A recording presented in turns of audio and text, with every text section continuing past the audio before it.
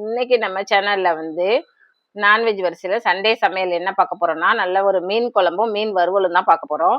அதுக்கு முதல்ல நான் இது தேங்காய் பாறை மீன் எடுத்திருக்கேன். அத நல்லா கிளீன் பண்ணி எடுத்து வச்சிருக்கேன். இது குழம்புக்கும், வறுவலுக்கும் நம்ம பிரிச்சு எடுத்துக்கணும். இப்ப வறுவல் எப்படி பெசரி வைக்கிறதுங்கிறத நான் காமிக்கிறேன். அதுக்கு தேவையான பொருள்கள் முதல்ல பார்த்துருவோம். இப்ப வந்து சோம்புத்தூளு, வெறும் மிளகாத்தூள், வறுத்து அரைச்ச வெறும் மிளகாத்தூளு, மஞ்சத்தூள், இது கார்ன்ஃப்ளவர் மாவு. எதுக்கு கார்ன்ஃப்ளவர் போடுறேன்னா, தோசைக்கல்ல கடாயிலலாம் நீங்க வறுக்கும் போது, இது நம்ம வந்து டீப் ஃப்ரை பண்ண போறது கிடையாது. வறுவல் கொஞ்சமா எண்ணெய் ஊத்தி வறுக்க தான் போறோம். அப்போ வந்து எண்ணெய் சட்டியில, கடாயில எதுல வச்சாலும், தோசைக்கல்ல எதுல வச்சாலும் ஒட்டாம வரத்துக்காக நம்ம வந்து இந்த கார்ன்ஃப்ளவர் கொஞ்சோண்டு போட்டுக்க போறோம். அதுக்கு தேவையான சால்ட் எடுத்துக்கிறோம். ஒரு லெமன் எடுத்துக்கிறோம். இது மட்டும் வறுவல் மீனுக்கு போதும். இப்போ வந்து இது எப்படி பெசரணும், பெசரி வைக்கணுங்கிறத பார்க்குறோம். அதுக்கு முதல்ல வறுவல் மீனுக்கு, குழம்பு மீனுக்கும் மீனை பிரிச்சிடலாம். நம்ம ஒரு லெமன் எடுத்துருக்கோம். ஒரு லெமனும் நம்ம போட போறது கிடையாது. அதில் இதில் தான், இந்த தட்டில் தான் நம்ம பெசரி காமிக்க போகிறோம். அதனால இதுலேயே நம்ம வந்து புளிஞ்சிக்கலாம். ஒரு அரை மூடி லெமன் புளிஞ்சுக்கோங்க போதும். ஏன்னா மீன் கம்மியாக தான் இருக்குது, அதனால. இதில் வந்து நம்ம மஞ்சத்தூள் போட்டுக்க போகிறோம்.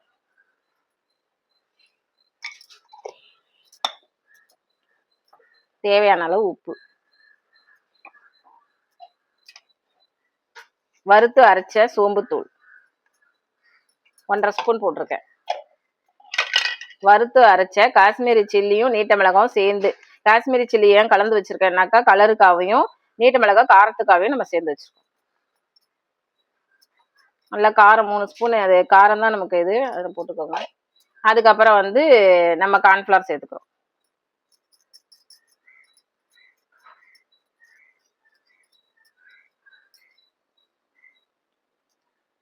இப்போ இதை நம்ம வந்து நல்லா பிசைஞ்சு எடுத்துக்க போகிறோம். ஒரு பேஸ்ட்டாக எடுத்துக்க போகிறோம், அவ்வளோதான்.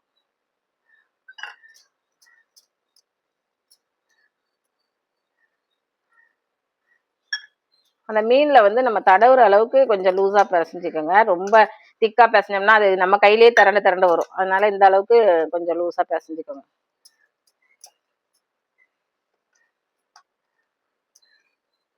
இன்னும் கூட கொஞ்சம் தண்ணி ஊற்றிக்கலாம். ஏன்னா கொஞ்சம் லூஸாக இருந்தால் தான் நம்ம மீனில் வந்து மசாலா ஒட்டும். ஒரு ஒரிஜினல் மீன் டேஸ்ட் நம்ம கண்டுபிடிக்கணும்னா, வெறும் மிளகாத்தூள், உப்பு, மஞ்சத்தூள் மட்டுமே பெசரி வறுத்தோம்னா அந்த மீன் டேஸ்ட் அதில் தெரிஞ்சிடும். ஆனால் நம்ம வந்து கொஞ்சம் இதில் இன்னும் நிறைய மசாலாலாம் போட்டு இப்போ தேங்காய் பாறைங்கிறதுனால நம்ம இந்த மெஷர்மெண்ட்டு, இந்த அளவு தேவையான பொருட்கள் போடுறோம். விரால் மீனுக்கெல்லாம் பார்த்தீங்கன்னா வெங்காயம், சோம்புலாம் அரைச்சி போடணும். தேங்காய்லாம் கொஞ்சம் அரைச்சி போடுவாங்க. அந்த மாதிரி மீன் வெரைட்டிக்கு தகுந்த மாதிரி ஒரு மசாலா மாறுபடும். இப்போ வந்து நமக்கு வந்து தேங்காய் பாறை மீனுக்கு நம்ம இது பெசரி வச்சிருக்கோம் இந்த மசாலா. இப்போ நம்ம மீன் பிரிக்க போகிறோம். என்ன பண்ண போகிறோம்னா, வால் தலையெல்லாம் வந்து வறுக்கிறதுக்கு குழம்புக்கு எடுத்துக்க போகிறோம். வறுக்கிறதுக்கான பீஸு இதெல்லாம் வந்து கொஞ்சம் குண்டா இருக்கும். இதெல்லாம் குழம்புல போட்டால் தான் நல்லாயிருக்கும். தலை, இந்த தலை கீழே இருக்கிற நடு பீஸ் எல்லாம் பிரிச்சிடணும். இதெல்லாம் வந்து வறுவலுக்கு எடுத்துக்கலாம். இதெல்லாம் வந்து தலையோட கீழ் பகுதி, இதெல்லாம் வந்து நம்ம குழம்புல தான் போடணும்.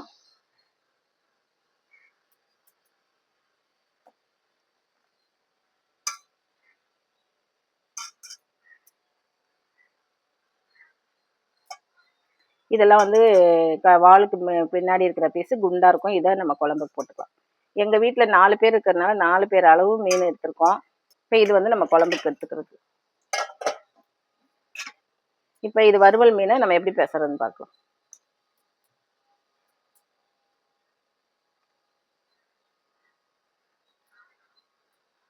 பெசரி நல்லா ஒரு 1/2 அன் ஹவர் ஊற வச்சிடலாம். 1/2 அன் ஹவர் 1 ஹவர் உங்கள் இஷ்டம் தான், ஊற வச்சுக்கலாம். ஒரு மீனாக எடுத்து பெசறினீங்கன்னா நிறைய மசாலா வந்து அதில் நல்லா பிடிச்சி உப்பு எல்லாம் சேர்ந்து நல்லாயிருக்கும். கடைசியாக நம்ம எல்லாமே சேர்த்து ஒரு வாட்டி பிசைஞ்சிக்கலாம்.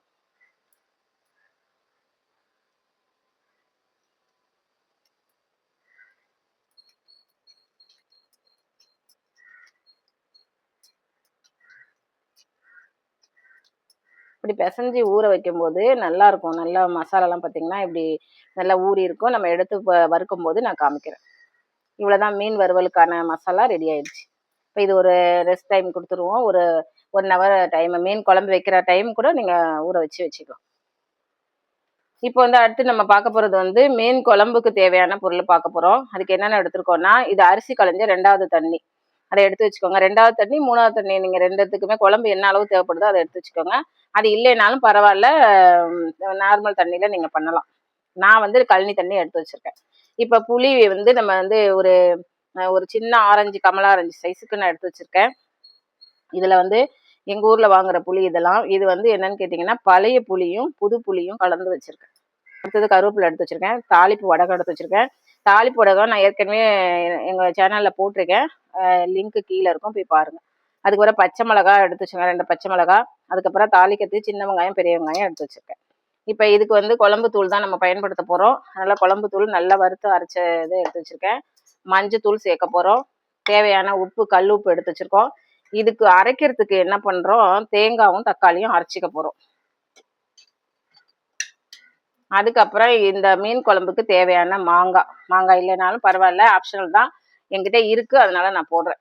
அதே மாதிரி தேங்காய் பாறை மீன், குழம்புக்கு பிரித்தது தேங்காய் பாறை மீன் குழம்புக்கு மீன், மாங்காய், குழம்பு தூள், கல்லுப்பு, மஞ்சத்தூள், அரைக்கிறதுக்கு தக்காளி 1. ஏன்னா நான் மாங்காய் போடுறதுனால தக்காளி 1 வந்து குறைச்சிருக்கோம். ஏன்னா புளி வந்து ஏற்கனவே புளிக்கும். இப்போ தக்காளியும் போட்டு மாங்காவும் போட்டு அப்புறம் புளியும் போட்டால் ரொம்ப மீன் குழம்பு வந்து புளிப்பு டேஸ்ட் வந்துடும். அதனால தக்காளி 1 தான் எடுத்திருக்கேன். தேங்காய் அரைக்க போகிறேன். அடுத்தது வந்து கழனி தண்ணி எடுத்து வச்சுருக்கேன். இதில் தாளிக்கிறதுக்கு பார்த்தீங்கன்னா, பச்சை மிளகா, தாளிப்பு வடகம், கருவேப்பிலை, வெங்காயம், சின்ன வெங்காயம், பெரிய வெங்காயம், புளி பேசிக் அது நமக்கு தேவை, அதை எடுத்து வச்சுருக்கேன். இப்போ புளியை வந்து நம்ம எப்படி கரைச்சிக்கணும் அப்படிங்கிறத காமிக்கிறேன். அடுத்தது வந்து அரைச்சிட்டு உங்களுக்கு எப்படி மிக்ஸ் பண்ணி காமிச்சிட்டு குழம்பு எப்படி பண்ணுறோன்றதை இப்போ வீடியோவில் பார்க்கலாம். இந்த அளவுக்கு பாத்திரம் எடுத்துக்கோங்க. எனக்கு ரொம்ப குழம்பு தேவைப்படாது. மீனுக்கு என்ன அளவு இருக்கோ அந்த குழம்பு தான் நம்ம பண்ண போகிறோம்.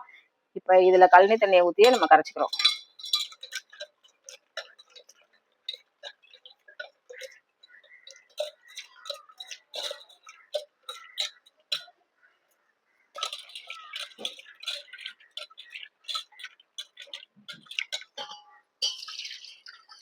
கொஞ்சம் கொஞ்சமாக ஊற்றி கரைச்சிக்கோங்க. எடுத்தோடனே தண்ணி நிறையா ஊற்றிட்டிங்கன்னா புளி தண்ணி நிறைய கிடச்சிரும். அப்புறம் குழம்பு நிறைய வந்துடும். அப்புறம் மீன் காலியானோன்னா குழம்ப சாப்பிட மாட்டாங்க, வேஸ்ட்டு தான் பண்ணணும் நம்ம. சில பேர் எங்கள் வீட்டிலலாம் பார்த்தீங்கன்னா மீன் இல்லைன்னா அது புளி குழம்புன்றுவாங்க, எடுக்க மாட்டாங்க. மறுநாள் வச்சுருந்தாலும் சாப்பிட மாட்டாங்க.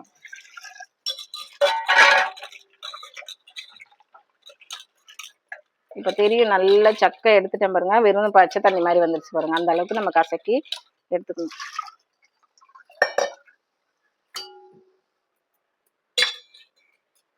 இதை வந்து இன்னொரு வாட்டி நல்லா வடிகட்டிங்க. ஏன்னா நம்ம வந்து வேகமாக பண்ணுறதுனால அது சின்ன பீஸெல்லாம் அதில் இருக்கும். இப்போ நிதானமாக வடிகட்டிக்கோங்க. அடியில் பார்த்தீங்கன்னா தெரியும் உங்களுக்கு எவ்வளோ டஸ்ட் இருக்குன்னு. இதை பொறுமையாக வடிகட்டிங்கன்னா தெரியுதா உங்களுக்கு? இதை அப்படியே எடுத்துக்க வேண்டியதான். இந்த புளிச்சக்கையை நான் வேஸ்ட் பண்ண மாட்டேன். சாமி பாத்திரம் விளக்கும் போது யூஸ் பண்ணிப்பேன். என்னதான் நம்ம சுத்தமாக காய வச்சு எடுத்தா கூட நமக்கு வந்து என்னாவும் புளி வந்து மண் இருக்கும் அடியில். அதனால திருப்பி ஒரு வாட்டி இந்த பாத்திரத்தை கழுவிட்டு ஒரு வாட்டி வடிகட்டிக்கோங்க. தெரியுதா உங்களுக்கு மண் இருக்கும். இதோட போதும். இப்போ அரைக்கிறது பார்த்துக்கலாம்.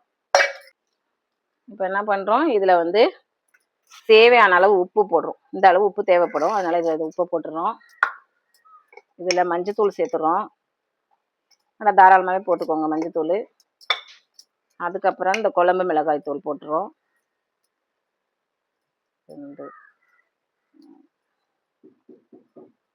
நிறைய மெத்தடில் மீன் குழம்பு வைக்கலாம். இப்போ நான் சொல்லி தரது ஒரு மெத்தடு. இப்போ இதை நல்லா மிக்ஸ் பண்ணிக்கோங்க. உப்பெல்லாம் கரைஞ்சிருச்சா, இதை மிக்ஸ் பண்ணிக்கோங்க. அடுத்தது இந்த அரைச்சதை வந்து இதில் ஊற்றிடுவோம். மிக்சியில் அரைச்சி தக்காளி வந்து அரிஞ்சு சேர்த்துக்குங்க. ஏன்னா நம்ம அறியாமல் போட்டோம்னா அது சுற்றிக்கிட்டே கிடக்கும், மசியாது.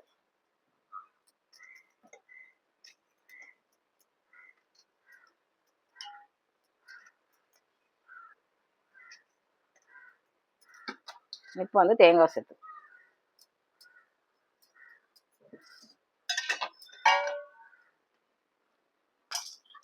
இப்போ தண்ணி ஊற்றி அரைக்க.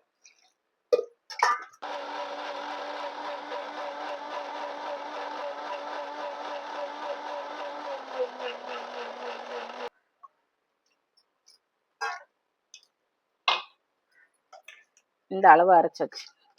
இதில் போட்டுருங்க.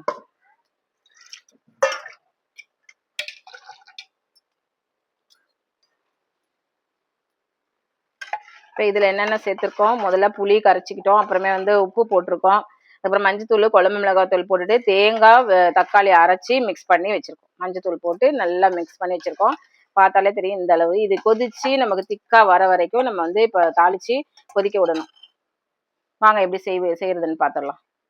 இந்த மீன் குழம்பு வைக்கிறதுக்கு சட்டி தான் நம்ம யூஸ் பண்ண போகிறோம். நான் ரெகுலராக மீன் குழம்பு வந்து சட்டியில் தான் வைப்பேன். இப்போ எண்ணெய் சொல்லலை தாளிக்கிறதுக்கு, இப்போ சொல்கிறேன் எண்ணெய் தாளிக்கிறதுக்கு எடுத்துக்கோங்க.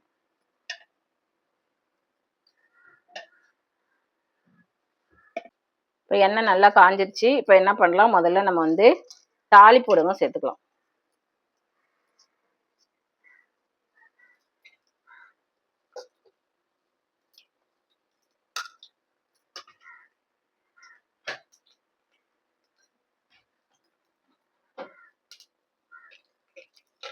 இந்த தாளிப்பூடகத்திலேயே உங்களுக்கு வந்து எல்லாமே இருக்கும். வெங்காயம், பூண்டு, இந்த கடுகு, வெந்தயம், அந்த லிங்க் போய் பாருங்க. அதனால இந்த தாளிப்பூடகம் பொரிஞ்ச உடனே நீங்க என்ன பண்ணுவீங்க, அந்த கருவேப்பிலை போட்டுருங்க. கருவேப்பிலை, பச்சை மிளகாய், வெங்காயம் எல்லாமே போட்டுருங்க. அதனால நீங்க திருப்பி பூண்டு போடணும்னு அவசியம் இல்லை. அதுலயே எல்லாமே இருக்கும் நமக்கு தாளிப்பூடகத்துல.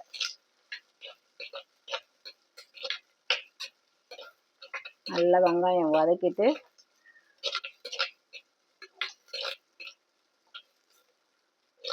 சின்ன வெங்காயம் கொஞ்சம் சேர்த்துக்கோங்க. எங்கிட்ட கொஞ்சம் தான் இருந்தது சின்ன வெங்காயம், அதனால கொஞ்சம் பெரிய வெங்காயம் சேர்த்துருக்கேன். உங்ககிட்ட சின்ன வெங்காயம் இருந்ததுன்னா சின்ன வெங்காயம் சேர்த்துக்கோங்க. வீட்டில் என்ன இருக்கோ அதை வச்சு நம்ம யூஸ் பண்ண வேண்டியதுதான். ஏன்னா கொஞ்சம் தூரமாக கடை இருக்கும் எங்களுக்கு, போய் எல்லாம் வாங்க முடியாது. அதனால வாங்கி வச்சிருக்கிறோம் அப்படின்னாக்கா அதுக்கு தகுந்த மாதிரி நான் அட்ஜஸ்ட் பண்ணி சமைச்சிடுவேன்.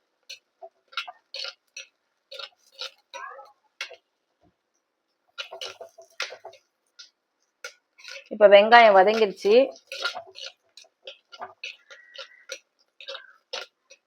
இப்போ அந்த நம்ம கலந்து வச்சிருக்கிற மசாலாவை ஊற்றிடலாம்.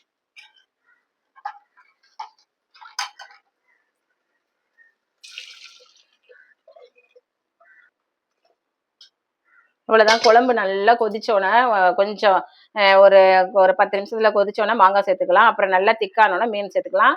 அந்த கொதிச்சோன்னே நான் காமிக்கிறேன் உங்களுக்கு. மூடி போட்டுட்டேன். நல்லா கொதிக்கட்டும். ரொம்ப கொதிக்கணும் இல்லை, கொதிச்சோன்னே பாதி கொதிச்சோடனே நம்ம வந்து என்ன பண்ணலாம், மாங்காய் சேர்த்துக்கலாம். மாங்காய் கொஞ்சம் லேட்டாகும் வேகத்துக்கு, மீன் சீக்கிரம் வந்துடும். அதனால ரெண்டு டைமாக போட போகிறோம்.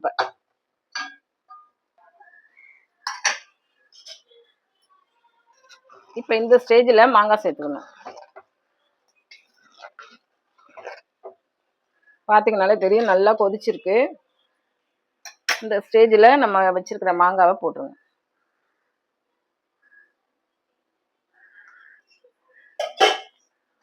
போட்டுட்டு மூடி வச்சிருங்க.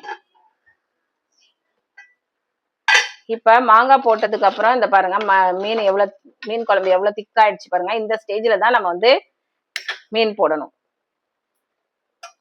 இப்போ மீன் போடும்போது கொஞ்சம் தண்ணி விடும், அதையும் பார்த்துக்கோங்க. நமக்கு கரெக்டான பதம் இதான்.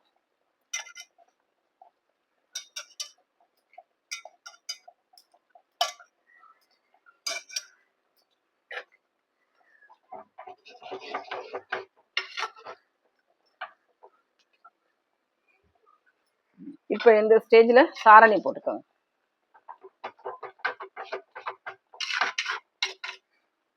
இப்போ ஒரு 5 நிமிஷம் மூடி வைங்க. மீன் வேக டைம் ரொம்ப எடுக்காது.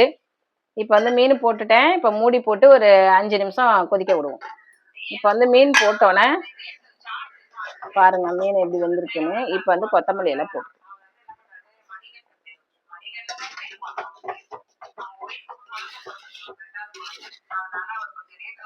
இதுக்கு மேல உடைஞ்சிரும் மீன். இங்க பாருங்க, நான் இதுல எடுத்து காமிக்கிறோம். இதுதான் இந்த மாதிரி தான் இருக்கணும் குழம்பு. இந்த திக்னஸ் போதும்.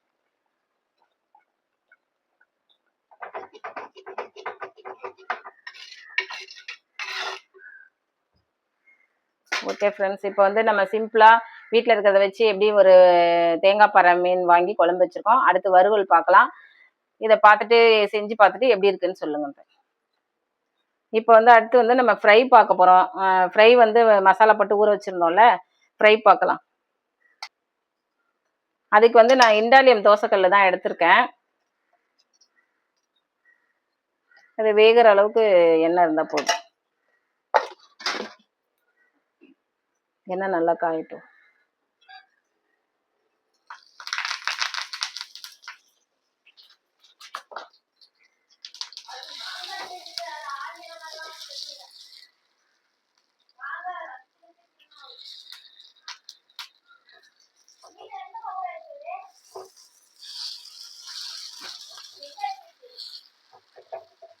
இந்த டைம்ல இந்த அளவுக்கு போட்டுட்டு மசாலா நல்லா ஊறி இருக்கு பாருங்க. இப்படி வச்சு இப்போ ஒரு பக்கம் வெந்துருச்சு, 2வது பக்கம் திருப்பி போடணும். நல்லா தெரியும் உங்களுக்கு தோசைக்கல்ல ஒட்டாம. இது ஒரு பக்கம் வெந்துருச்சு, அடுத்த பக்கம் திருப்பி போட்டிருக்கிறோம். மசாலாவும் நல்லா வந்து தெரியும் உங்களுக்கு வெந்தது. அதனால் இது அப்படியே சிம்லே. அது ரொம்ப ஹையில் வச்சிங்கன்னா சீக்கிரம் கருவிடும் மீன் வேகாமல். இப்போ நம்ம நிதானமான தீயில வச்சுட்டு வறுத்தோம்னா நல்லாயிருக்கும்.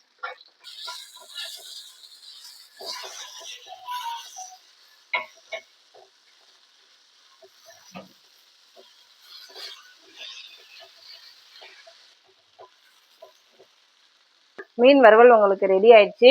இது அதாவது இந்த பக்கம் 2 பக்கமும் இப்படி பார்த்துக்கோங்க, நல்லா வெந்துருச்சு.